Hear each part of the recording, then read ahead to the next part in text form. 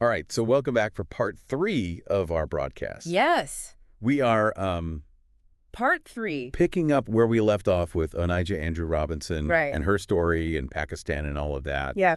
As you remember, she held this press conference. Judge press conference. Kind of blew the lid off this whole thing. Oh, yeah. That I'm launching a Bitcoin under Onijah Sales LLC, but it will be run under Nidell Ahmed. Yes, so. Shabana, I love you. You're a good officer.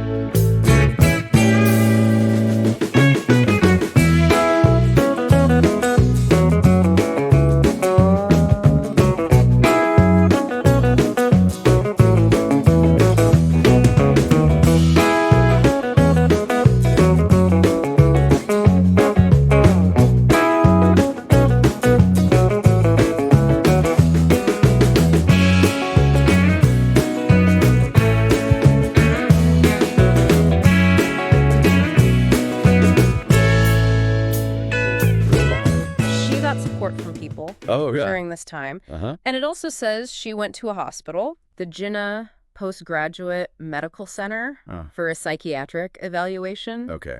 And they diagnosed her with bipolar affective disorder.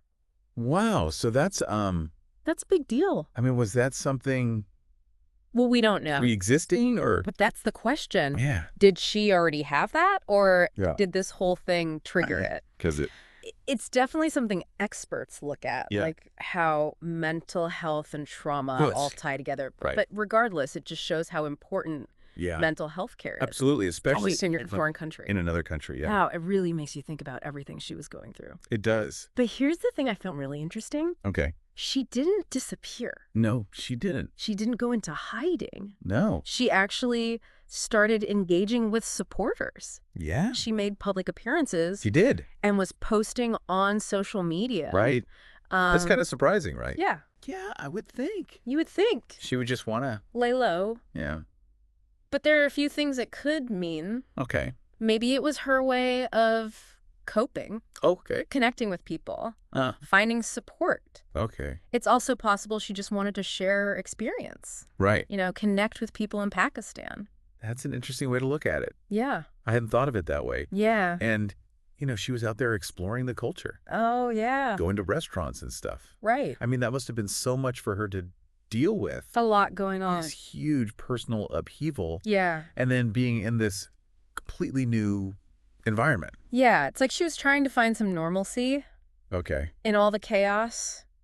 Okay. Yeah, maybe have some positive experiences, Okay. even though it was a tough situation. It really is such a complex story. So complex. And of course, she had to go home eventually. Right. And it sounds like she had a lot of mixed emotions about that. Understandably. Yeah. On the one hand, relief, Of course. but maybe some sadness too. Yeah. Leaving behind these new connections she had made. It shows how Yeah. even in bad situations, Right. you can grow and Yeah. connect with people. That's a really good point. Yeah. So she finally went back to New York, On February 7th. and that chapter might be over, Right. but her journey definitely isn't. No, it's not. She's going back with this whole experience. She'll need support from her family Oh, absolutely. as mental health professionals Yeah. as she gets back to normal life Right. and processes everything. It's just been such a wild broadcast. Yeah, this one's had a lot to it. Cultural differences, Yeah. online relationships, Mm-hmm. mental health, Yeah. the kindness of strangers. I mean, wow. It's a lot. But before we wrap up, I have to ask, Yeah. what about the guy she went to Pakistan for? Right.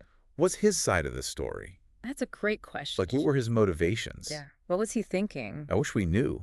It'd be interesting to hear his perspective. Yeah, But unfortunately, we don't have that information. that's true. But it's a good reminder. It is. That there's always more than one side to every story. Multiple perspectives. Yeah.